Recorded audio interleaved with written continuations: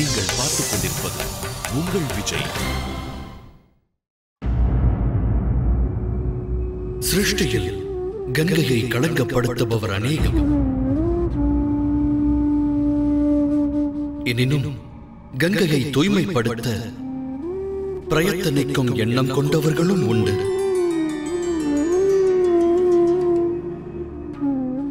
கங்கையின் வேதனையை உணர்ந்தவர்கள் அழிவை நிகழ்த்தினால் அந்த நல் உள்ளங்களும் அதில் பாதிக்கப்படும்.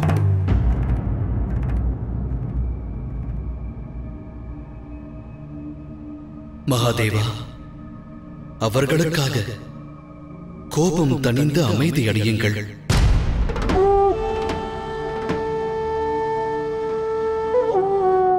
மானிடர் தாம் செய்த தவறை உணர்ந்து திருந்தும் தன்மை படைத்தவர்கள். தாம் கருணாசாகரம் மகாதேவா. அறியாமல் பிழை செய்யும் மானிடர்கள் பிராயச்சித்தம் செய்ய ஓர் வாய்ப்பு நல்குவது உச்சிதமாகாதா?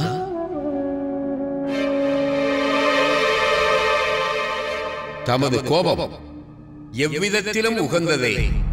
எனினும் சிருஷ்டியின் பரிபாலனம் சிறப்பது தம் ஒத்துழைப்பினால் தான் சாத்தியமாகும்.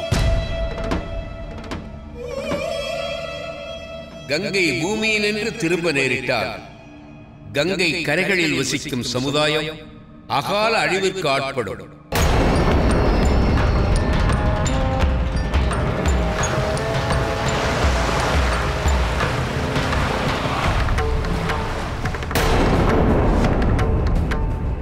இந்த ஒரு முறை சிருஷ்டியை மன்னித்தருள தம்மை வேண்டுகிறேன் ஈசனே. கங்கை ஒரு தாயாக மானிடர்களை அரவணைக்கும் பொறுப்பினை மீண்டும் ஏற்க அனுமதியுங்கள்.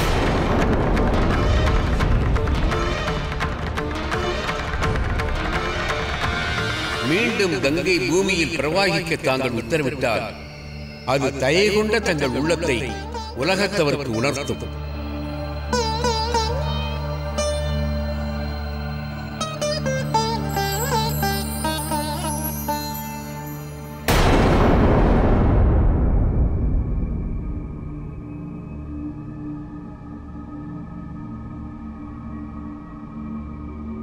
ஜெகநாதரே,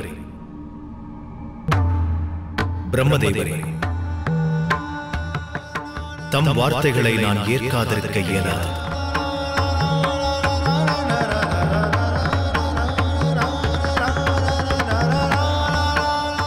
ஆகையால் ஆலகால நஞ்சினை என் கண்டத்திலேயே தக்க வைக்கிறேன்.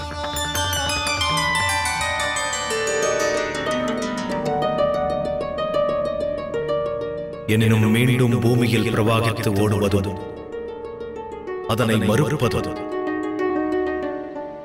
கங்கையின் முடிவை சார்ந்தது.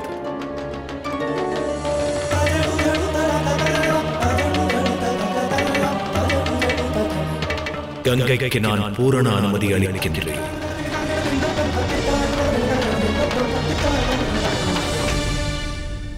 இதனை ஏற்கிறேன்.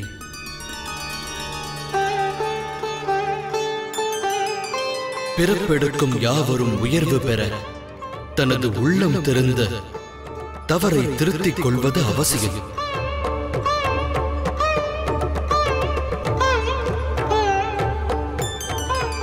கங்கா, மானிடரை ஓர்முறை மன்னிப்பாய்.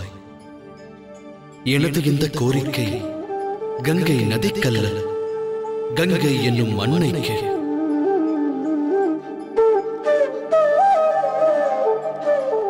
அவள் வழங்கும் ஜீவனை சார்ந்தே உலகம் உழல்கிறது. நீ எண்ணற்ற யுகங்களாய் மானிடர்களை பேணி பாதுகாத்து வளர்த்திருக்கிறாய்.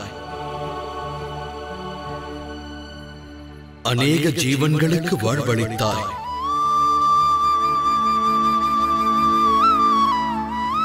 கங்கா, பூமியில் மீண்டும் பிரவாகிப்பாய். அகிலத்தை உன் கருணையானது ஆக்கிரமித்தல் அவசியம்.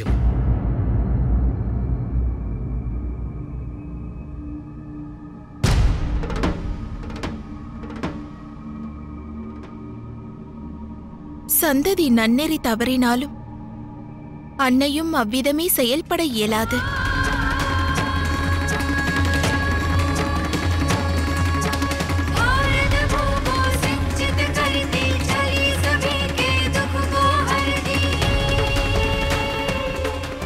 அன்னை எத்துணை துன்பங்கள் சகித்தாலும், எத்துணை குரோதம் கொண்டாலும் அவளால் தன் வாழ்நாள் இருக்கும் மட்டும் தன் பிள்ளைகளை பிரிந்திருக்கவும் இயலாதே.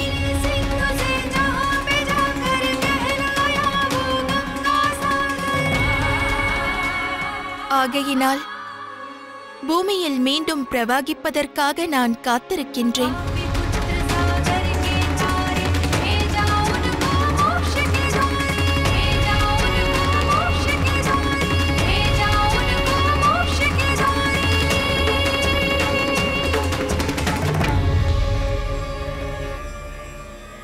அக்கா, தமதையின் நிர்ணயம் ஓர் அன்னையின் தாய்மை, பெருந்தன்மை மற்றும் கடமைகளுக்கு புதியதோர் விளக்கம் அளித்தது.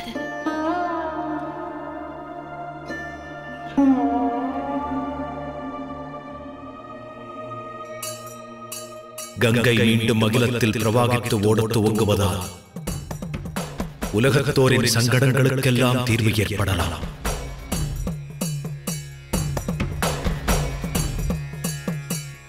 எனினும் கங்கையின் வேதனைக்கு ஒரு தீர்வு ஏற்பட வேண்டும் எனில் மானிடர்கள் தமது கடமைகளை உணர்தல் அவசியம்.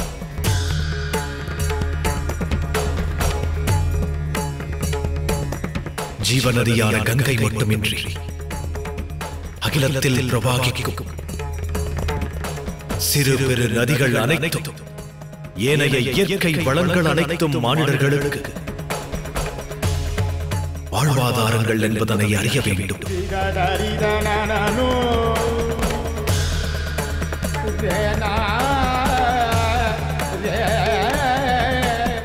எச்சமுதாயம் அதற்கு மதிப்பளிக்காதது அச்சமுதாயத்தின் அழிவு உறுதியானது.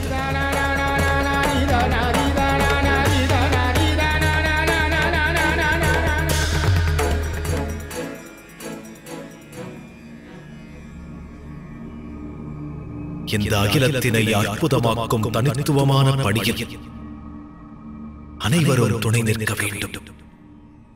உத்தரவு பிரபு. பவித்திரமான கங்கையின் வேதனையை தீர்க்க, அகிலத்தில் அனைவருக்கும் விழிப்புணர்வை ஏற்படுத்த நாங்கள் அனைவரும் பணியாற்றுகிறோம்.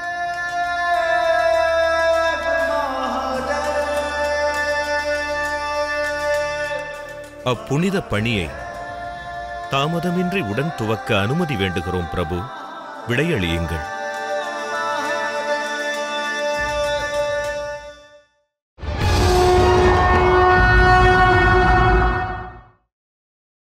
நீங்கள் பார்த்துக் கொண்டிருப்பது உங்கள் விஜய். இல்லை பிரபு, இப்பிரதிமையை தியாகிப்பது எனக்கு சாத்தியமல்ல. அழிக்க முயன்றும் என்னால் இயலவில்லை.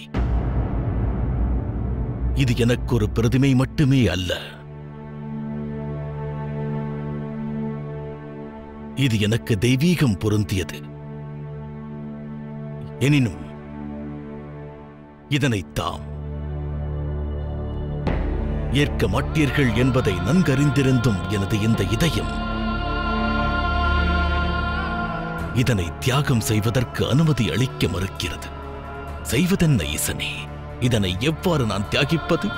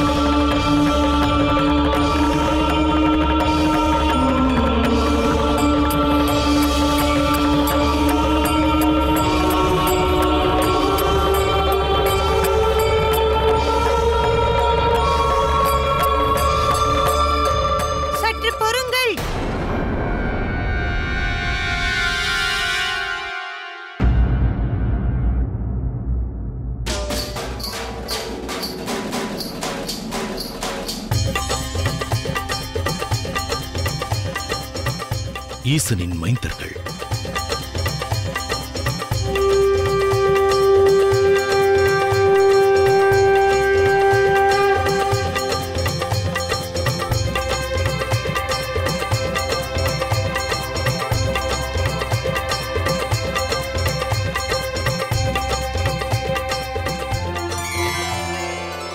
இம்மாளிகையின் பிரதிமையை தம் நதிநீரில் கரைக்க முற்பட்டீர்களா?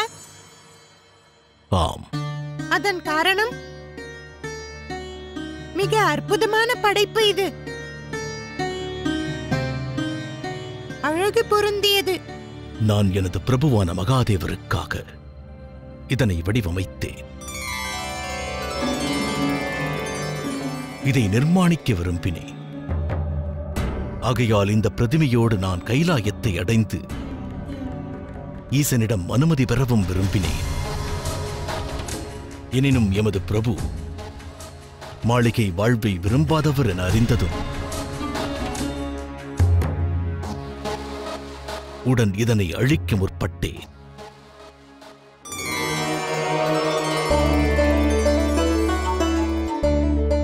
ஒரு முறை நெருங்கி வந்து இதனை காண எங்களை அனுமதிப்பீர்களா?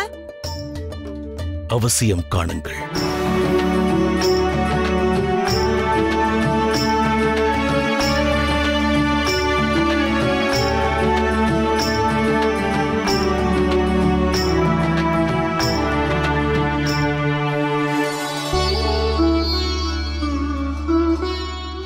அண்ணா, இம்மாளிகை மங்கள திருவுருவாகவும் லட்சணத்திற்கு முன்னுதாரணமாகவும் மகிழ்ச்சியின் மறு உருவாகவும் சுபங்களின் வாசஸ்தலமாகவும் தோன்றுகிறது. இதில் சூரிய தேவரின் ஒளியும் வாயு தேவரின் காற்றும் போதுமான அளவு பிரவாகிக்கும். இயற்கை மற்றும் நிர்மாணக் கலையின் இத்தகைய ஒரு அபூர்வ சங்கமத்தை எங்கும் கண்டதில்லை. நந்திதேவருக்கு வேண்டிய திறந்த ஆகாய வெளியின் இச்சையும் இதில் நிறைவடையும். அத்துடன் சிருஷ்டியை என்றும் கண்காணிப்பதற்கு இதன் உயரமானது தமக்கும் போதுமானதே அண்ணா. தமக்கையின் ஞானத்திற்கு இந்த பகுதி மிகவும் உச்சிதமானது. இது பாடசாலைக்குரிய பகுதி. அதன் அருகாமையில் என் அறையும் உள்ளது. இது தந்தை மற்றும் அன்னையின் சயன அறை. வரவேற்க பிரம்மாண்ட நுழைவாயிலும் உள்ளது. தூய்மையும் அமைதியும் மாளிகை முழுவதும் வியாபிக்க இந்த அமைப்பு பொருத்தமானது. இத்தகுதொரு மாளிகை அமைய பெற்றால் அது இன்பம், சீர்முறை மற்றும் நல்லறம் தழைப்பதற்கு கேந்திரமாகும். இதில் ஸ்திரத்துவமும் உள்ளது, சாத்திரமும் உள்ளது. இதன் அடிப்படை அமைப்பிலேயே இது பிரதாபத்தின் மையமாக கூடிய லட்சணங்கள் உள்ளன. இதனை வடிவமைத்த சமயம் வாஸ்து சாஸ்திரத்தை அடியொற்றியே அமைத்தேன். இதன் அகலமும் உயரமும் எமது மகாதேவரின் மகத்துவம் மகிமையின் பிரதிபலிப்பு.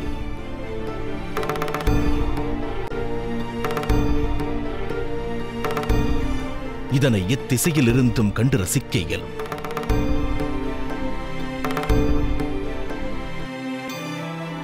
அண்ணா, உள்ளத்தில் தோன்றுவதை ஒழிக்காமல் உரைக்கிறேன். பொருத்தமான ஒரு மாளிகையை தேடும் நம் முயற்சி முடிவடைந்ததாக தோன்றுகிறது. ஆம் கணேசா.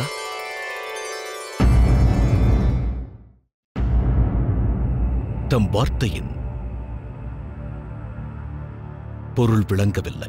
மகாதேவருக்காக மாளிகை ஒன்று எழுப்பும் தம் இச்சை நிறைவடைய உள்ளது தசானந்தரே. உடன் எம்மோடு கைலாயம் வாருங்கள்.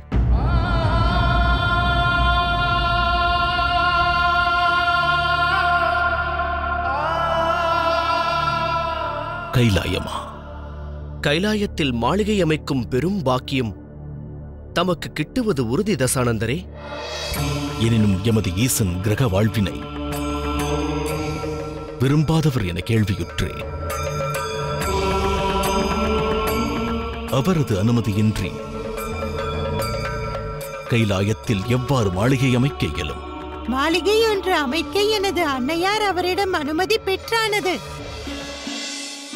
அது மட்டுமின்றி தந்தை அவர்களும் அனைவருக்கும் முன்பாக அதற்கு தன் சம்மதத்தையும் அறிவித்தார். அதன் பொருட்டே பொருத்தமான மாளிகை ஒன்றை தேட நாங்கள் புறப்பட்டோம்.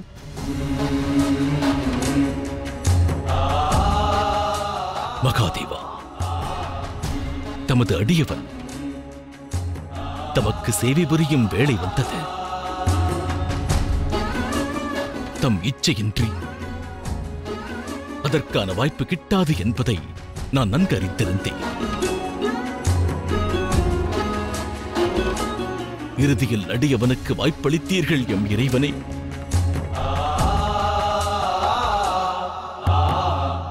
மகாதேவா, இனி விடையளியுங்கள். அக்கா, தாம் சிறிது காலம் கைலாயத்தில் என்னோடும் எமது பிள்ளைகளுடனும் தங்கி இருக்க வேண்டும் என்பதே எங்கள் அனைவரின் விருப்பமாகும். அது மட்டுமின்றி மிக விரைவில் கைலாயத்தில் மாளிகை ஒன்றும் அமைக்கப்பட உள்ளது. எங்களது அந்த மாளிகையை காண விருப்பம் இல்லையா?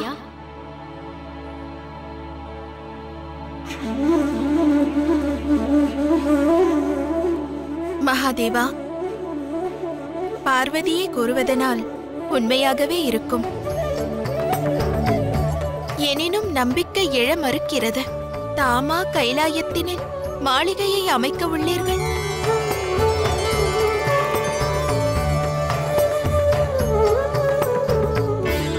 சோதரி, உனது மகிழ்ச்சியே எனக்கு பரவசமளிக்கிறது. கைலாயத்தில் மாளிகை அமைந்தால் உன் இல்லற வாழ்வு பூரணத்துவம் பெறும்.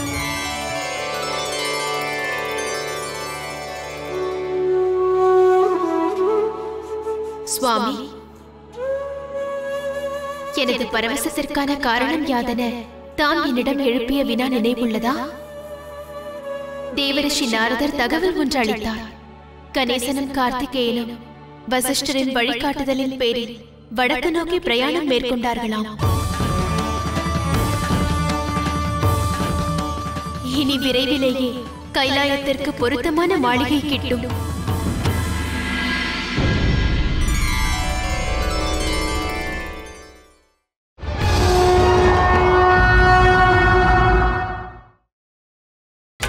நீங்கள் பார்த்துக் கொண்டிருப்பது உங்கள் விஜய்.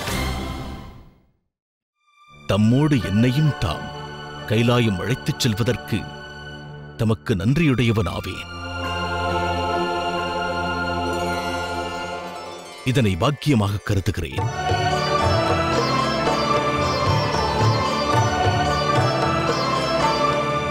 அண்ணா, நாம் மூவரும் ஒரு சேர இந்த மயிலில் எவ்வாறு பயணிக்க இயலும்?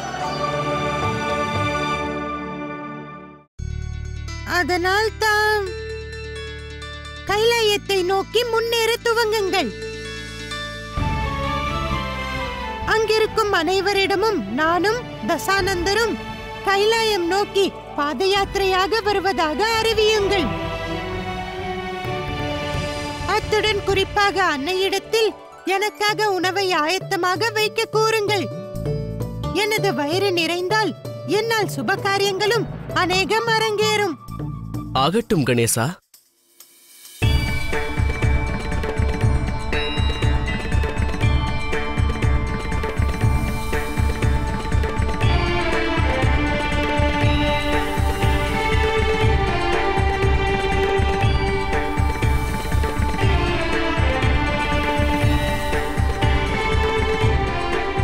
பாத யாத்திரையினை துவக்கலாமா? தாமதமின்றி